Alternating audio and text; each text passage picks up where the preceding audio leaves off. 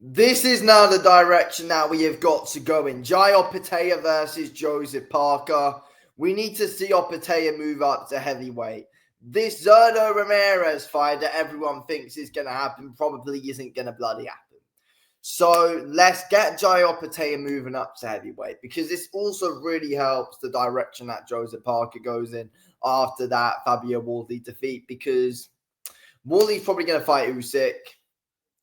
That's probably what's going to happen. If not, he'll just be promoted as the WBO champ anyway. So, yeah, that would happen. So now for Joseph Parker, a big fight, and a fight if he wins, it would just get him right back in there. It's a fight against Jai Opetaia, but it's also one which I think Jai Opetaia could win himself. It's an interesting one to predict. Would you edge to Opetaia? Would Opetaia be a bit too quick for him? Does Opetaia have a really bad style for him? I actually don't know. He might do. He actually might do. But again, Opetaia hasn't been tested at the proper high level, apart from Reedus. That's the only thing. You can tell the talent's there. You can tell the style's there. You know, he gets tired as it goes on. Parker's very good at operating late on. So, yeah, it could be interesting, but I feel like it's a fight which has got to happen.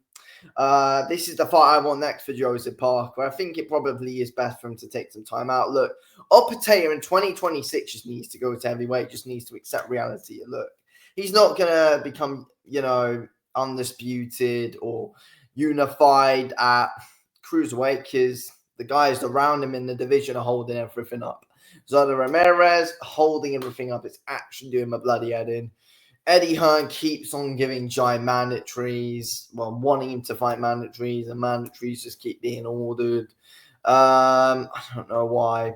I mean, it's not even that they keep being ordered. Like, did he have to fight Claudio Squio, who was number 10 at the time? No. So it's not like they're being ordered, if you actually think about it. They're not. But Eddie Hearn just wants him fighting mandatories.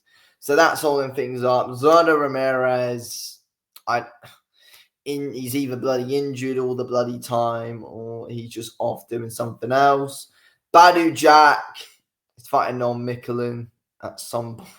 She forgot the date. But apparently, they're rematching, and Badu Jack will probably be about 2 years inactive after that. They'll never fight again. But, so that Michelin rematch is happening for Badu Jack. So, we're just going to have to wait for a long bloody time until something happens there. So it's not going to happen. So let's just get Jai Opetaia at heavyweight, and let's get the show rolling, because I made a video on it a few months ago that Jai Opetaia can actually, really help save the heavyweight division and weight. For when Usyk retires, I think, style-wise, Opetaia and Usyk have some very similar attributes. And Opetaia is a fun fighter to watch. He is. And it'll be interesting to see the rise at heavyweight and see what he can do. There's so many guys we can beat at the weight, in my opinion, because look at how skilled he is. I think a fight with Jai Opetaia and Moser the Tama would be fantastic down the line. I think, obviously, again, Moser the Tama's not been tested at that real high level just yet. He's blown all these guys away. Opetaia is doing the same thing. He's fought at a higher level than Moser, in my opinion. So far, obviously, Opetaia is a world champion. But has he really fully fought world champion level fighters, apart from Breedis? Probably not. No, he hasn't.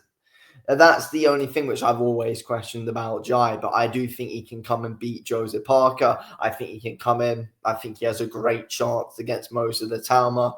At the moment, if that was to happen now, you'd probably pick Jai. But I think there's, for this, if we talk about Joseph Parker now, where does he actually go from here? If this doesn't happen, where does he actually go? Who does he actually fight? Because here you've got a good fun Australia versus New Zealand fight. There we go. That's exciting on that other side of the world. And it's also exciting, in my opinion, over here in the UK. Opetaia's built his name up here. Parker's got a good name here. That it's an exciting fight. It bloody is. Two different kind of styles as well. Parker experienced heavyweight. It actually could be a really perfect fight for Jai. Parker coming off a loss. It could be a perfect fight for Jai coming into the heavyweight division. But again, it's also very dangerous. But I mean, if he loses, we'll just have to regain himself. But if he loses, I don't think it's the end of the world. But yeah, for Joseph Parker, what does he do? God, what does he do? Because, I mean, does he fight Moses the Talma? I mean, I feel like that Daniel Dubois fight's got to happen eventually, but is there any interest in that without the belts? Probably not from, many sides. I don't think Turki Al-Sheikh likes Joseph Parker at all. So that's a hammer in the way. Does Parker rematch Martin Bicoli? I mean, what does he do? Because we're just throwing out names here. Like, F.A. Joe, I can't ever imagine that fight happening for Joseph Parker. This is a perfect fight, and Parker and Opetaia, and it's one which I can actually imagine happening and see happening, and it's going to bring interest on the other side of the world. So I don't see any reason why it can't happen other than Jai just wasting another year at Cruiserweight. But he is wasting his time. He is wasting away his career at Cruiserweight. It is a waste of time, Jai Opetaia just staying there. Like, everything's being held up. Eddie Hearn's holding Jai up. Zerdo's doing... Can't even be bothered talking about Zerdo right now. And Badu Jack, we know the situation on him. One of the most inactive champions in boxing right now. As big of a legend he is, it's just a pain in the backside how inactive the guy is, holding up division.